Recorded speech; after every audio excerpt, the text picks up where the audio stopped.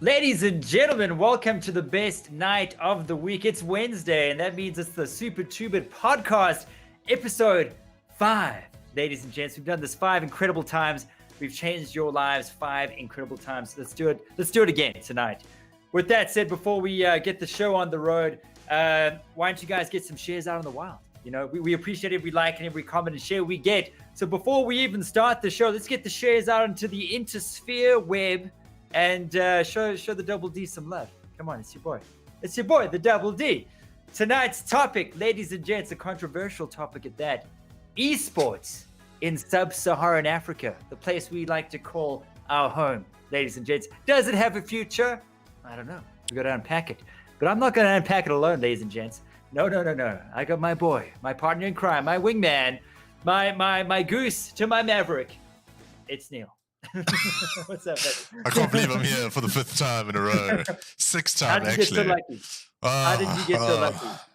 It's not that I don't have to speak with you every day, just normally. So it's good to be here, man. Interesting topic today. I think it's going to be quite a good one.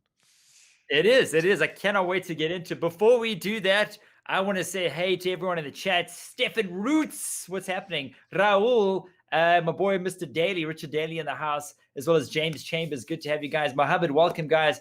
Please join the conversation. Like I said, we're talking about esports and its validity in South Africa. And I just got a little notification here of Richard Daly throwing some 50 stars at us. Thank you very much, sir. Oh, Mr. Daly, my brother from another mother. Thank you so much, buddy. Much appreciated for the 50 stars. They all go into my glasses fund to buy me a new pair of sunglasses once every couple of months. So it's money well spent.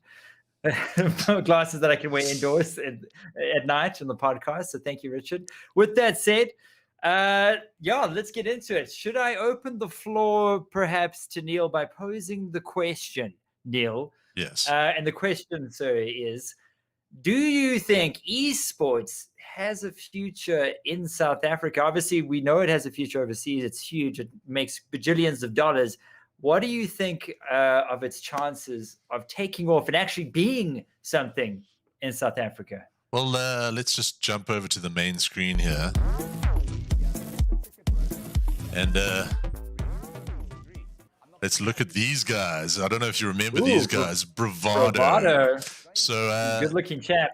I don't know, man. So obviously internationally, esports is big. I still fall on the side that esports kind of is still a little bit of a false prophet, false dawn kind of thing, where everyone's like, this is the next big thing. This is going to be the next NFL. This is going to be the next NBA. This is going to be the next Formula One. But we haven't seen much of that, especially in South Africa. Overseas, sure, you get some of the big stuff. And a good example of why it doesn't really work in South Africa is these guys over here, the Bravado guys. They had all the sponsors, they had all the backing, and they actually even won tournaments, big international tournaments, and they completely imploded. Financially, they could not sustain themselves, and they had everything you need for an esports team. The problem is that as soon as 1 or 2 of the sponsors start pulling out, then you start having massive problems. Yeah, I hear you. And I mean, Bravado, what an amazing, like you said, if there was ever a team to put South Africa on the map for esports, it would be Bravado. I think they're amazing. I've never watched any of their games, but you're the biggest fan. But not taking away from the fact that they are probably the biggest, or were the biggest, esports team, and they made it so far internationally. Like you said, Neil, with all that going for them, they eventually had to jump onto Kickstarter or one of the GoFundMe platforms. Yeah, I think it was a GoFundMe. Just to keep going. Yeah. And I'm sitting here thinking, woo, you got probably the best talent to come out of the country. They're overseas, they're winning overseas, and these guys are on a GoFundMe, just basically sharing burgers overseas just to feed themselves. Yeah. And if that was the best we could produce, what chance do we have to ever produce a team like that again, let alone get them overseas. And the thing is, like, I think if esports is going to make it in this country, you can't rely on the overseas market. You got to look at the big sports in South Africa: soccer, cricket, rugby, golf, tennis. Basically, all of them, other than maybe tennis, they all have a local league that if you play in the local league, you can survive, you can live. You may not be a millionaire if you play golf. We know a couple of professional golfers in South Africa, and it's a struggle. But if you play for the Blue Bulls, not even for the Super Rugby team, you're living quite a nice life as a 22-year-old. You're getting paid a good salary, you're getting seen on TV, you're signing autographs, you're getting fame, you're having people cheering for you. In South Africa, I would be hard-pressed that anyone can actually name more than like 5 dudes in any kind of esports in South Africa, and it's basically guys that either are playing the game that they play or a mate of theirs that they know. So there's that whole, like, you don't have that celebrity and that sportsman mentality that you get overseas. Like Shroud was famous before he became a streamer as an amazing CSGO player. Like, people knew of him and about him because of how good he was. In South Africa, I cannot tell you a single name of a Bravado team member. There's got to be a Tim in there somewhere, Tim or Jeff. Yeah, that's my best bet. And I think that's the thing. Like, you need it to be able to. You don't have to make millions of rands, like, but if you can just afford to go to the next tournament, pay for your kit, pay for your entry, and maybe earn a little bit of cash on the side. That's what this sport needs in South Africa, and guys try. That's exactly it. And Richard actually brings up a very good point. He said, how did they cock up their financials? It was easy. They didn't have any.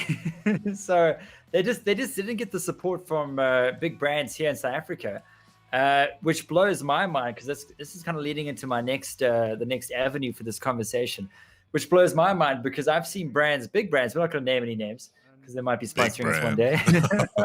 And we need that sponsorship money. Yeah. But I've seen big brands literally throw millions of rands down a hole. When I say down a hole, I mean a zero ROI hole with almost zero return for a weekend, for a weekend of rage or whatever the case may be. And it just blew my mind when Bravado just had everyone turn their backs on them. I was like, well, for me, that was like, geez, we'll never make it internationally. But I think, like Neil, like you say, your point about us maybe making it locally to an extent is doable. Yeah, and that's the thing. Like, I see Hanko saying his CSGO team won the AmPro tournament line division this past weekend. But which tournament? Which tournament was it? Was it broadcast? Where can you watch it? Who was playing? Because the other problem is there's a massive oversaturation in the world of esports, not even just in South Africa, where you've got like 10 different leagues running every weekend. Guys are like playing multiple leagues multiple times during the day. No one's watching any of these things because no one even knows that they're happening. Where it's not like you can tune into SuperSport and hit that nice crack of a beer there. Apple juice. You can't just tune into SuperSport and watch the big SA esports CSGO league. There's 5 different leagues trying to be that next big one. And no one's taken the leap and said, hey guys, let's bring everything together. Let's all do this together and actually make something of it. Everyone's trying to get that quick, big buck sponsorship money, which they know is there. You can go speak to these huge sponsors. They will give you 3 million rand to host a weekend at Rage, and then they will never give you that money ever again because they will get nothing for it. But you will get your 3 million rand. So that's why guys are doing it. Yeah, that's the thing, Hanko. So like, if I were you, buddy, you're in a prime position to jump on those blank checks right now. You go to a big brand, they'll be like, is it only 3 million? Wow, that's phenomenal. Esports, everyone's talking about it. Here's your 3 million bucks. And then, maybe the ROI might not be there because like local viewership is quite horrendous when it comes to local tournaments. I don't know what kind of numbers you pulled in this tournament. What did the tournament, what is it called? The AmPro. What did they pull viewership wise? I'm just curious to know. Yeah. Well, it was on Twitch, so you won't be able to know unless you are hosting the Twitch thing. That's the other secret thing, is that if you say, but our Twitch was blowing up, we had 200 simultaneous people. But what I've found a lot of the times with South African tournaments, a lot of the guys watching the tournament are actually the guys participating in the tournament. So your catchment or your reach, as we like to always talk about on this show, is basically limited to the guys who know about the tournament, and you're not getting that bringing new people in, getting them excited, getting them to know what's going on. And like to me, that's like a huge issue with the whole esports thing. It's massive business. Like you see all these guys talking, having a good time, doing business, putting lots of effort and work into all of these things, because this is not easy to do and organize. But it's just not worth it. Like you could have honestly like a community rugby match down at your local field, and you could get a better ROI and more input and reach of new people than you can hosting $1 million tournament at one of these big gaming expos. Absolutely. And Richard chiming in with, I think that anyone who spectates a sponsored event or show needs to make an effort to support that sponsor. It will encourage sponsors to get involved. Absolutely. I think that's first prize for the sponsors. But if you got 12 guys in the stands there, and I'm being generous, it's but a problem. It is. Like we've got some video footage here from some South African events where they very carefully don't show the audience because there's no one there. There's maybe 2 or 3 rows in the front that are full and everything else is empty. And that's not because people don't like esports and don't like watching competitive gaming. I think people love it. That's why Twitch is so massive. That's why Facebook gaming is growing. That's why you guys watch us stream. The problem is that half the people don't know what's going on in a Dota match like this. Like people do not understand it unless they play the game. Secondly, like it's not like soccer where you can just start watching and figure it out, or a motor race where you can just pick it up as you go along. Ask some people. These are very closed groups of people that play a lot of these games, and so that knowledge and insight isn't quite there yet. And I think that's why you have to dumb it down a lot. And I think a lot of guys are going for the very hardcore, where you should actually be going for the very dumbed down, very open and easy way of getting people into the sport. Because people love watching people succeed and watch people win at their favorite game with their favorite character. That's something you can't get anywhere else. And you can then go home, play the exact same game in the exact same situation that these guys were just doing, where you can't do that with like golf. You can't go play Augusta every weekend. No, exactly. Hanko saying it wasn't too big, but they only started with the tournament recently, I think, so they're probably looking to go bigger. And that's great. That's absolutely fantastic. And I hope you guys do go pro. I mean, you got our vote. We'll be supporting you, Hanku. I like to call him Hanko. That's fine. But that's fine. I butcher everyone's names. But the bottom line is, the reason we're actually talking about esports, obviously, Carte Blanche did a little expose this past 2 weeks ago. And it just kind of brought to light esports again. But people were like, geez, esports has been a thing in this country for years, Why Carte Blanche only kind of picking up the thread now? And it begs the question, what is the future for esports in this country? And Neil, I think you hit a lot of good points. I think, brands want to get involved. They want they're keen to get involved because they think it's the next big thing, looking at what happens overseas. But I think potentially your audience for esports, whatever it is, CSGO, Dota, you name it, is about 100,000 people max in this country. Max. And that's like best case scenario. That's like you managed to pull in like 10,000 continuous. But that's people playing it. That's like if you look at golf in South Africa, I think something like 300, 400,000 people are registered golfers. And golf is not a cheap sport. Like golf, like you can't then use like, PC gaming is expensive and this. Golf is super expensive. And there's 400 to 450,000 people. Look, the age is massive the whole way through. But the people who watch golf are probably 2 or 3 million. So you have 4 or 5 times the market that you can reach just by people watching it, because people don't want to spend all the time getting good or learning the game, but they do enjoy watching it. Like I love watching Dota. I hate playing Dota. So it's one of those where the reach of esports can be much greater than a streamer or a gamer or anything like that, because if you can get the guys outside of gaming to watch it, to enjoy it. And we kind of started seeing a bit of that with the sim racing stuff that's been happening during the COVID lockdown. They went all out with those things. Like in IndyCar, they bought every single one of the guys in the IndyCar series their own rig and made them race for their own teams in real life doing it, and it looked exactly like a real life broadcast, and the returns were amazing, and they were racing for a real championship. Formula One did the same thing, NASCAR did the same thing, whole bunch of different sports teams did a whole bunch of good stuff where they really saw results, and people were watching it because A, there was nothing else to watch, and B, they could pick it up easily. Like a car race is a car race. The guy who's winning, you know, he's in the lead, you know what's going to happen. There might be some tactical stuff or some strategic things that make it more complicated, but the basic premise is guy who crosses the line first is the winner. Very easy to understand. You can explain it to your parents, you can explain it to your siblings. Try and explain Dota to someone, it's insane. That's also why FIFA is really good. FIFA, everyone knows soccer. Yeah, I think Neil really hates Dota. No, I love Dota. It's too complicated. Yeah. Same with watching a CSGO match. Like, if you don't know what's happening, you're like, what am I watching? There's this dude running around.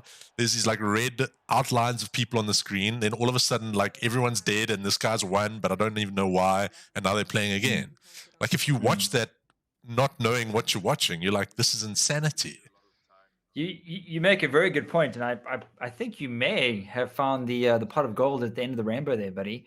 Because you know, I still don't know what the hell Dota is about. To be honest, I struggle with CS:GO, and I used to play it since it came out. You know, maybe the future of esports is in fact things like FIFA. You know, FIFA 2020 or whatever the case may be, or you know, we saw a massive uptake, like you said, with e-racing. So we actually hosted the Solidarity e-race. Massive reception because it's easy to follow even if you're not a gamer, and maybe that is. You were watching that with your dad, weren't you? My dad was watching that, and I was watching that on my TV because I obviously, like you said, I understand racing.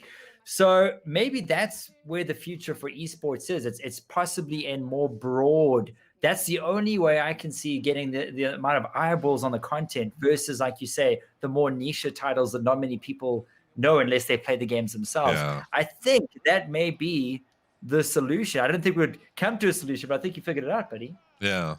So it is. It's like you gotta make it easily approachable and a nice, easy, consumable product that the audience can watch. Like that's how sport works. That's why soccer is the biggest sport in the world, because it's simple. Not that you don't need amazing skill or there's amazing tactics, but the basics of soccer is a ball, a couple of guys on two different teams, and 2 goals. That's it. You can figure out in 10 minutes. Anyone can play it anywhere in the world. Hence why it's the biggest sport in the world. Dota, you can't figure it out. You know what I think happened? But before I carry on, I just want to say, Justin Lopez, welcome, and thank you for the compliment. He says these podcasts are fire. Thank you so much, buddy. And we're going to get to the chat in just a second. I think what people in this country, big brands, did, they took stats and everything from, like you mentioned, overseas, such as a Dota, such as a competition as the International, which is insane.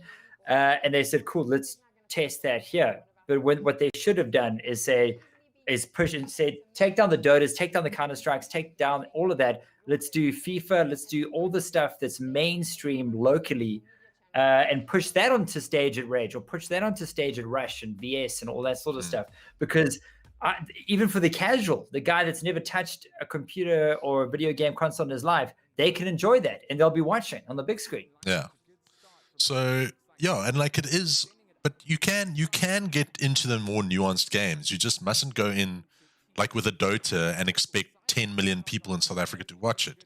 You must go in expecting there's probably an audience of 10 to 20,000 people in South Africa who are really into it, who really enjoy it. Like, I love watching curling. I think it's the best Olympic sport ever made, ever. Really? But like, if you don't watch it, you're like, why are these crazy people like using brooms to move a rock around? But when you get into the nuances of it, it's an amazing sport, and you get super into it, and it's super cool, and you're like voting for your favorite like countries and teams. It gets mad.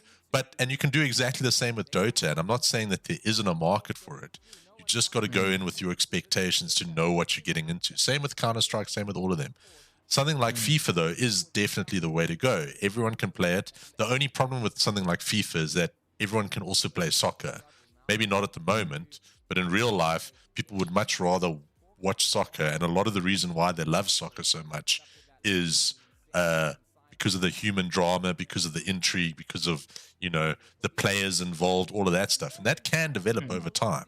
That is something that can definitely come out eventually through esports once people actually get known. But at the moment, no one knows anyone. There's too many tournaments. There's too many this. There's too many that. It's crazy. That's the thing. Like, there's too much quantity, maybe diluting the focus, like you said. Yeah. Let's check in with the chat real quick. Hanku saying, getting sponsored by Super2Bit, nudge, nudge, wink, wink. We'll see, buddy. We'll see. But you're on the road to success so far. Game Room saying Super2Bit to branch out to the UK so I can get involved. Not out of the question, buddy. Tell you what, you can get a day for free. You're gonna have to pull some strings with the government to get me there. I'm down to clown. Well, let's see. Maybe we could open up some streamers in the UK. I'm down for that. Raul saying, just finished watching Star Wars Episode 9. Man, what a movie. Raul's completely checked out of the conversation. He might be having a stroke. If you guys know him personally, please check on him right now. Back to the subject on hand. Esports has no pull in this country, unfortunately, which is extremely sad. Well, that's exactly what we unpacking, and I think we may have even found a solution. Jason, now, how you doing, buddy? Game Room agreeing that Dota does look boring as hell because it's so niche unless you play the game. Michael Collins, there definitely is barriers into esports. Dota is amazing to watch once you understand. And I can agree with you 100% there, Michael. I watch NHL, American football, and NFL, NFL, American football, and I absolutely love it because I understand the rules. And a lot of people see NFL on and they're like, what the hell's going on? This is so lame. Why is this thing 3 hours? And I'm clinging to the screen. If you know the rules, it's a completely different story. But unfortunately, not many people in the country know the rules to Dota. Raul saying you have a TV, Dave. I thought you only own monitors. What can I say, buddy? I keep it in the bathroom so no one can see it. This is an awesome topic and podcast, Mr. Daly. Thank you, buddy. Thank you for joining us. Thank you very much, guys. The Game Room saying, yes, I agree with Richard. These podcasts are quality. We're going to keep them coming, guys. Just make sure, like I said at the beginning of the show, you get those shares into the wild because the more shares we get, the more podcasts we can actually do. That's how it works. Don't ask the science behind it, but more shares equals more podcasts. It's science. Facebook is a cruel mistress if you don't share. She is a cruel mistress, and once the lights go on, she does not look as pretty as she did. By the black lights, I can tell you that much. But anyway, let's get back on topic. So yes, back to Neil. Obviously, is a sim racing enthusiast, and I know we have touched on a little bit of e-racing. Neil, like you said, there has been a boom, definitely a boom since COVID in that sort of. I see guys buying racing seats left, right, and center. It used to be the nichest thing in the world. Now, gamers are picking them up like hotcakes. Well, what do you think of the future of e-racing in the country? I think definitely, I think it's been a bit of a golden age this last 3 months for sim racing. And there has been some downsides to it, but it has been probably overall really, really good. Speaking to our sponsors, Logitech, they are selling steering wheels like they cannot keep up with the demand for them currently. People are buying them left, right, and center. Where before, it's a big outlay, it's a big expense. Where now guys are like, this is part of my setup. If I'm playing racing games, I'm using a steering wheel. So from that marketing perspective, reach, growth, massive. It's amazing what it has done. And I think at the beginning, it was really, really cool. And I think in a lot of ways, it's helped a lot of the younger, big name racing guys, such as the David Perels from South Africa, the Kelvin van der Lindes. They're the big South African guys who started doing sim racing because they couldn't do real racing. And also overseas, the Formula One guys. You've got Lando Norris, you've got Charles Leclerc, you've got Alexander Albon. They're all racing each other on the F1 game that, all of us have, which is insane. Before, F1 drivers were always this mystical on some podium you could never reach, where now it's these guys play the same games, they swear, they get upset, they rage quit, they do all the same things as you, and it actually humanized them a lot more. And especially in this case of Formula One, because usually their images and their interactions with the public and media are so controlled, where this is just bunch of 20-year-old guys, and they're young dudes just jamming games with their mates, having a good time. And I think from that aspect, it was a massive success. you got to know these guys. There was a big incident that was quite famous with Charles Leclerc, the Ferrari driver. His girlfriend had to subscribe to him on Twitch so she could send him a donation to tell him to unlock the door of his flat because she had locked him, he had locked her out. And it's like that's now a legend story amongst Twitch followers of his. And the guy also has like a million, just some ridiculous number of followers or subscribers or something that we could only wish for one day.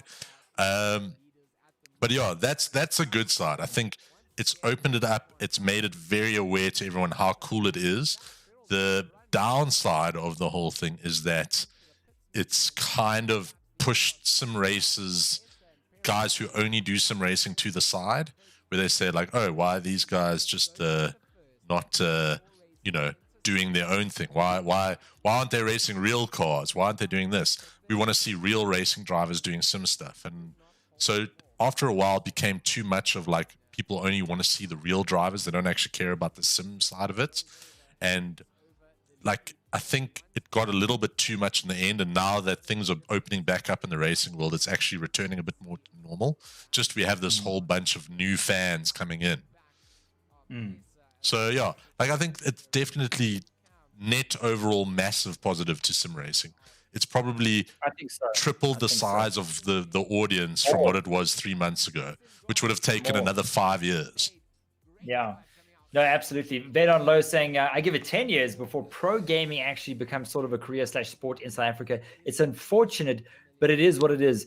What I find interesting is, isn't the Olympics now accepting esports as an official? I think they were talking about doing it. I think there'll probably be a lot of outrage about it.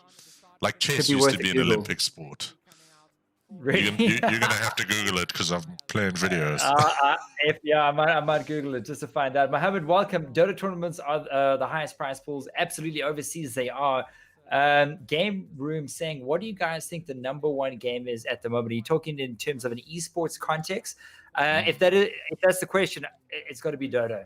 I know League of Legends had a good run. Yeah, I don't know though. Dota from a prize pool and massive scale of the tournament perspective, sure, but I still think, strangely enough, Counter-Strike is still tracking away, and Counter-Strike still has probably the biggest player base out of professional esports. Call of Duty was big. They seem to be fluctuating between, do they still want to do the whole Call of Duty side, or do they want to do the more Warzone battle royale side, which works kind of as an esport, but no one's really figured out a really good way to make it into a compelling package. So I think Counter-Strike, and that's why you see games like Valorant, and there's that new game on consoles. Both of them are trying very hard to be to mimic Counter-Strike's gameplay, which is very surprising to me because it is very slow and methodical. Well, I was about to ask, what do you think of Valorant? Slow. Slow. I watched Valorant, and I want to run into traffic. You'd have to walk very slowly into traffic. I can't see the appeal. CS, I can understand. It's quite fast paced. Yeah. There's a lot of Twitch reflexes, and there's an objective, obviously. Valorant is so. It's like the guys running in mud with cement shoes. In slow motion. That's how slow. And people, and then they throw superpowers in there to spice up the excitement. It feels wrong. And there's no when they actually finally kill someone, you don't even see the guy dying. He's usually died around the corner. There's no flash on the screen. It's very subdued. I've watched about 5 rounds where I'm oh, the round's over now. Cool. That's great. Good stuff. Raul saying it took me 20 years to learn and understand cricket and rugby. Really? Now I got to learn Dota? You may be a slow learner there, Raul. Give me a call. I'll explain Dota to you. Don't worry. But Jay Brown saying you should never learn cricket ever. Cricket's probably one of the more complex sports. Yeah. The Game Room, CSGO is super slow. I played once and gave it up. Never play Valorant. You will honestly lose your mind. CSGO is light speed. The interesting thing about CS, though, is that it came out in 1999. It's 21 years old. It's had a good run. that's why I think it's still so big. Like, people have played it their entire lives, a lot of these guys, so it's been around forever, where all these new games, they've just come in the last maybe 5 or 6 years. And like, I don't know, like, I would say, it's definitely between Dota and CSGO, and maybe like a League of Legends kind of vibe. League of Legends, I think, is still there. What I want to go back to, or rewind the clocks a bit here, is I want to talk about the big brands, and it's, because like, obviously I'm now getting flashbacks to that Carte Blanche episode, and just hearing what all those executives are saying, and they're all like in their suits and ties, and they're like, oh, we esports it's growing rapidly in sub-Saharan Africa. We want to put all this money into putting up a big screen and stage into animal husbandry live. It's very big in Iceland, and we think it'll be big here.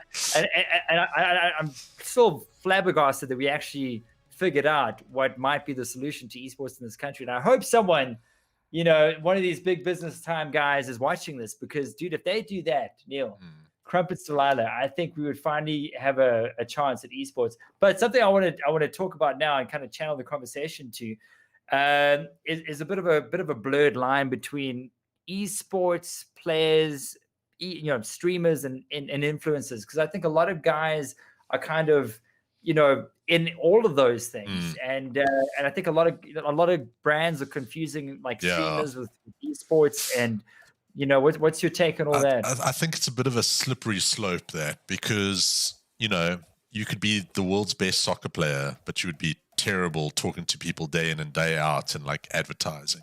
And I think at the moment they say, oh, these guys play video games, they must be streamers, they must be good on camera. And we've seen that's definitely not the case. Like, I think you should totally separate them. I think being an esports person takes enough time, talent, and skill that you don't have to, there should be no requirement that you have to be amazing on camera or an amazing influencer. If you are like a double threat and you can do both, all power to you.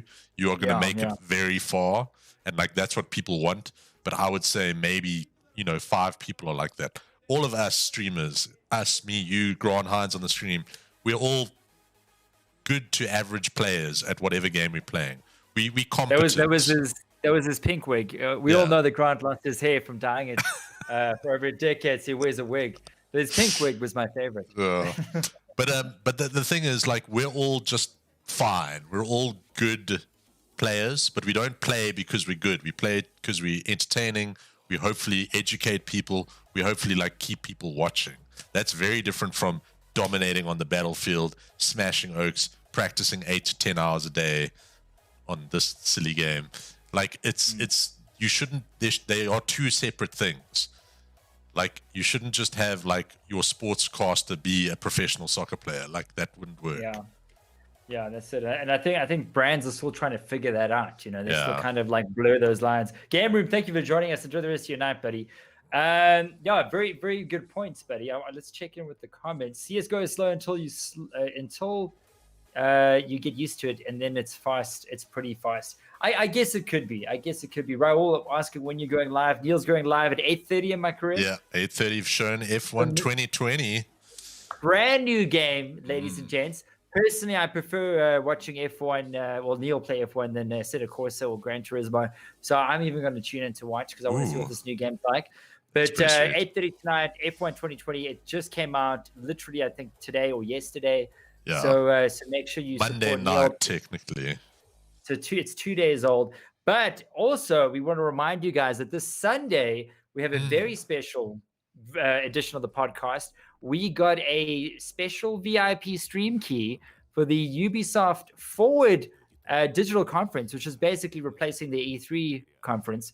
And they're going to be showing all their brand new games, everything they've got lined up for the next year or two. And we're going to be streaming it and we're going to be watching it. But what's even better, Neil, are you listening, Neil? Are you ready for the big one? What's even better what you're going to say. You might, is that we want to bring one of you guys on the podcast with us, and we want to pay for your dinner. That's right. We're going to give you a 200 Rand Uber Eats voucher so you can eat whatever chow you want while enjoying the show with us. And all you have to do to win this amazing, what's going to be one of the best sweepstakes in the last decade, is head over to Facebook, which is probably where you are right now, and look for the event It should be there. Make sure you RSVP because we're going to pick someone that's RSVP'd at random, and they're going to get their 200 Rand Uber Eats meal voucher. I think me and you are going to get a little voucher as well, Neil. I hope so. I'm going to be hungry on Sunday. So make sure you guys charge the beverages. Kicks off at 9 p.m. on Sunday. It should be about an hour and a half. Bring your friends, bring your family, tell everyone, and we'll see you guys there. I'm really excited. Oh, we may start a little bit earlier just to get you guys warmed up. But and big ups to Prima Interactive for hooking up the and Ubisoft. They're and pretty Ubisoft, sweet course, people.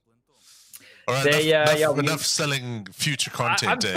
I'm the shill man. That's why you pay me. I'm the shill master. Okay, what do you want to speak about, Neil?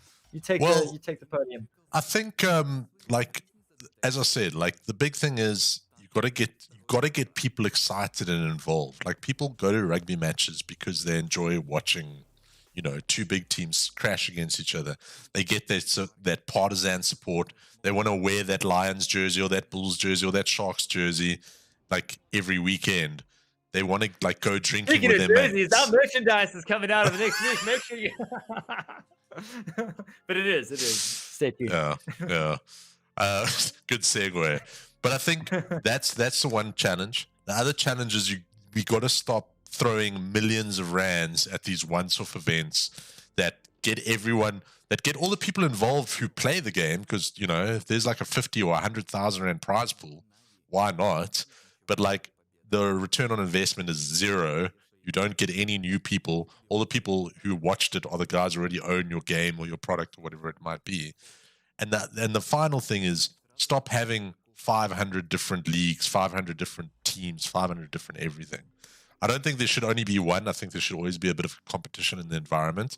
But one or maybe two or three big leagues doing different sets of games or different types of games or different production styles of games, different types of tournaments, and have it as a regular thing that guys can go and watch at their local pub. Everyone's got like massive amounts of data on their phone these days. Crowd around you can't crowd around anymore, but when you can crowd around your phone, watch it together, have a couple of beers, talk about your favorite player, get sponsorship, have those arguments. That's what sport's about. It's not about how good the guys are and the skill and all of that. It's about the people watching it and the communities and all of that kind of stuff. And I think that's all I got, Dave. I can't solve every problem. I tell you what, you solved a few tonight, and I'm actually bloody impressed. But I 100% agree with you, dude. Guys are signing blank checks for zero return, and it's giving esports a bad name in this country because I do think there is potential. How big that potential is yet to be seen. I don't think it's as big as what some of the big brands think it might be. Like you said 20,000. I was generous. I said 100,000 is probably like your audience that you can tap into. And how many brands are willing to hand over $1 million Rand or several $1 million Rand checks for 100,000 reach? I mean, we get that in a week, Neil. Not that I'm shilling. If Facebook isn't messing with us, yeah. Send those checks this way. We'll sort you out. Let's check in with the chat real quick. Raul saying merch. Finally, it is coming sooner than later. We'll check my boy Hank, who's actually helping us with it. So if he's still watching, Hank, we'll chat to you in the morning about an update. Gabriel still wants to bring Super2Bit to the UK. Dude, I'm keen. If you wanna be a streamer in the UK, we can definitely chat and get the brand overseas. I'm definitely jumping the DMs. I'm keen like a jelly bean. But yes, Neil is the problem solver, Raul. I agree. He's a very logical man. This isn't a problem that Dave created, though. I can only fix those problems, you see. He's the man of science and machinery, where I'm a man of hopes and dreams. but you need both to make something magical happen. The scary thing is, I was going to say hopes and dreams is that for you as well. Well, there you go. It's, My like hot take on esports in this country is that I think honestly they've got to stop trying to push the niche game so hard. Like we say niche, but niche in this country like Dota and CS. They've got to go for the FIFAs. They've got to go for the set of courses, the racing games, games that have a much broader audience outside of gamers. Because graphics are looking so good these days. You said it yourself. You can watch a racing game and actually forget that you're watching a game. You actually feel like you're watching a race.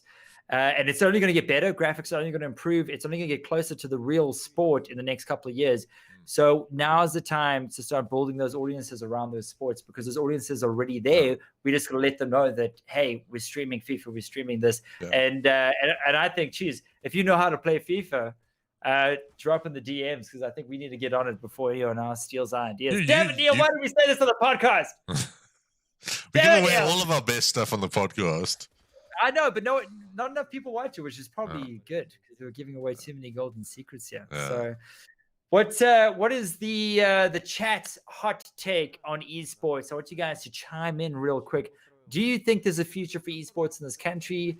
Or maybe you don't. Maybe you think it's a waste of time. Maybe you just think it's a black hole for brand checks and stuff like that. Let us know. Chime on in. Yeah. Before we say goodbye, we still got some time on the clock. Jeez, that flew by. It does fly by. Yeah. It does fly. We can maybe chat about some peripheral news, Neil. If you want to, I think maybe let's just see what the chat has to say. Otherwise, I think we've covered all the bases. I don't want to start trying to find screens and videos again. Yeah, all right. It makes me sad. Okay, Neil can smell that roast chicken in the oven. He's getting hungry. He's like, it's dinner time. Well, let's see what the chat has to say. But yeah, I think esports, for me, I think it does have a future, but I just don't think it's the future that people think. Yeah. I think it's going to be a niche thing until they realize that it's, like we've touched on, it's about getting the non-gamers involved with sporting games and stuff like that. Esports Africa sounds awesome to me.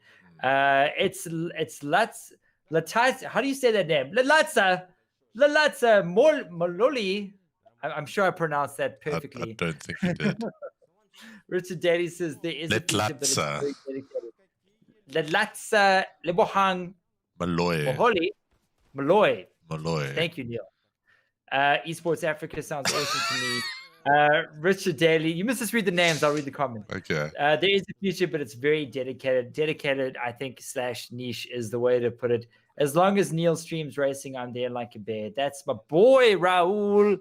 Well, Neil, I think we've kind of hit all the bases in terms of esports. And I think we've kind of solved the problem. And, we've solved everything. We just need someone with a big checkbook to come knocking on our door, and then we'll make it good. We'll make it good. So, bottom line is brands, give us your money. Yeah. Okay? Because we understand, as just proven by this podcast, what the market wants. Okay? And we'll give you that exposure. Just give us the checks. I think that's all I can say on the topic, Neil. Yeah, I agree with you, man. With that said, let's go to the wrap-up screen. I can see Neil's his lips twitching. He's hungry. He gets the bottom lip twitch when he's hungry. So there we have it, ladies and gents. That is tonight's podcast. Esports in South Africa, does it have a future? Big question mark. I believe we've answered a couple of the big questions tonight. I want to thank you guys for joining us. Everyone from Raul, Richard, Lalatzia, Lebohang, Mohole, and every single one of you guys, the game room. You guys are legends. Appreciate the shares. Mohammed, guys, Jay Brown. Thank you for joining us. If you haven't shared, you can still share the stream right now, even after the fact. Give us a share and show your support. We will be back, like I said, this Sunday, 9 p.m. Make sure you RSVP on Facebook for the special Ubisoft Forward VIP screening of their new titles on the way. And don't forget, Neil's going to be streaming live 8:30 tonight with some F1 2020 big game. Game. It's a good game. I'm going to give you guys a sneak preview. It's a good game. It's a big one. Yeah, it's going to be fun. And it's going to be a lot of fun. I'm even going to be there. PJ, I'm also starting to stream once I get my PC from EveTech. Oh, at least you bought it from EveTech. Main goal is to make people more aware of the gaming community, and donations will obviously go for upgrades for charity. Sounds like me 3 years ago, buddy. Go for it. Reach for the stars. You'll hit the moon. With that said, much love to you guys. Enjoy the rest of your evening. And we'll see you on Neil's stream a bit later. Thank you very much, Dave. And the Marksman signing off. Till next time, guys. I don't have a cool bye-bye. I'm just going to be like this. Bye. Just touch your chest or something. Do something sexy. There we go. All right. That wasn't cool at all. No. All right. Let's end it right there. Bye, everybody.